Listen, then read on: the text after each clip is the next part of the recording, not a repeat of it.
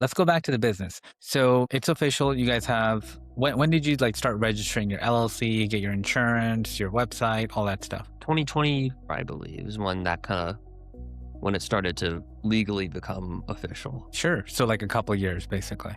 Yeah. Okay. So how did that first year go? It's just you and Henry or some Yeah, other so it folks? was me and Henry. Then kind of as college, like as that was coming to an end, I think people became intrigued with the idea. So we kind of had this, one of the mentors from school had basically said, like, don't pay anyone for their skills until you have to. They were like, you have a cool and enticing idea. Let people express that they want to help. He was kind of saying, like, because it's just a money sink if you're kind of reaching out to people that will like improve your website or will do marketing for you. So kind of just by talking about it with my friends, we had 2 other friends join in, and they're kind of in it for the long run, so to speak. So it's like we're all in it now for the sweat equity. And we've all- Nice. So when these 2 friends came in, I love that idea, by the way. Did you give them something in return? Did they get equity? Technically, yeah. Well, like, yeah. It's like they're now a part of the. It's safe to say there's 4 co-founders. Okay, but I'm a little concerned now that nothing is written down. It sounds like you've kind of given them equity.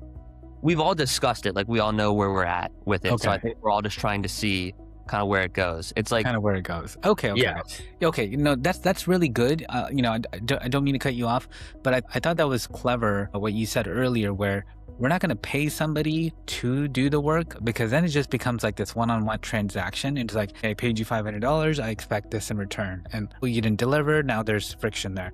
But instead, you have them buy in with their skill set. Everybody pitches in, basically. Some people come in with money, some people come in with skill sets, experience, and then you're all in it to survive. I think that's a really clever idea. And then the other thing I was going to say, last thing, and I'll be quiet, is when you're starting a partnership like this, it's almost beneficial not to write anything down, right? And you basically say, let's just see if there's a proof of concept here. We're going to work together. We're going to do whatever we can. Everyone's going to pitch in whatever they feel comfortable until we get to a mark. And with a few of my friends, I did the same thing. I said, we're going to get to $10,000 in revenue. Once we get to that number, that's when we're going to know this is a legit business. And then we can sit down and document something. And then we have written proof, or at least an experience with each other over the last 4, 5, 6 months, however long it took to get there, on who has been contributing better, who does have the skill sets to truly drive this business forward. And then you can make a much better informed decision after that mark. So is that what you guys kind of did as well? that's exactly where we're at. That's the other thing too. It's because it's like I founded it. Henry was the first co-founder. Then the other 2 guys who came in, they expressed right off the bat, like, we want to help. We're very interested in this.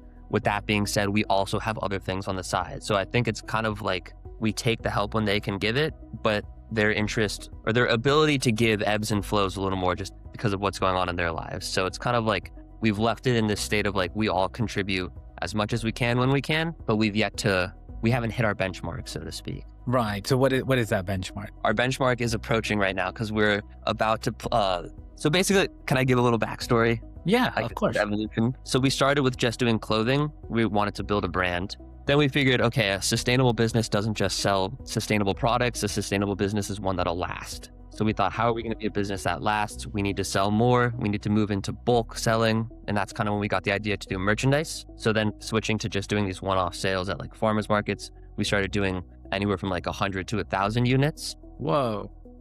And that's when we were like, okay, now we've built the machine's going. But just recently, we've kind of dipped our toes into the industrial realm. So there's kind of a need for these all natural fabrics in regards to, there's basically a product called biochar, which is essentially charcoal, but it's used in agricultural purposes and it's used in purifying waterways. And you have to use an all natural fabric to do it, because if you use plastic or any poly, anything that's treated with chemicals, it's going to have a harmful impact on the environment.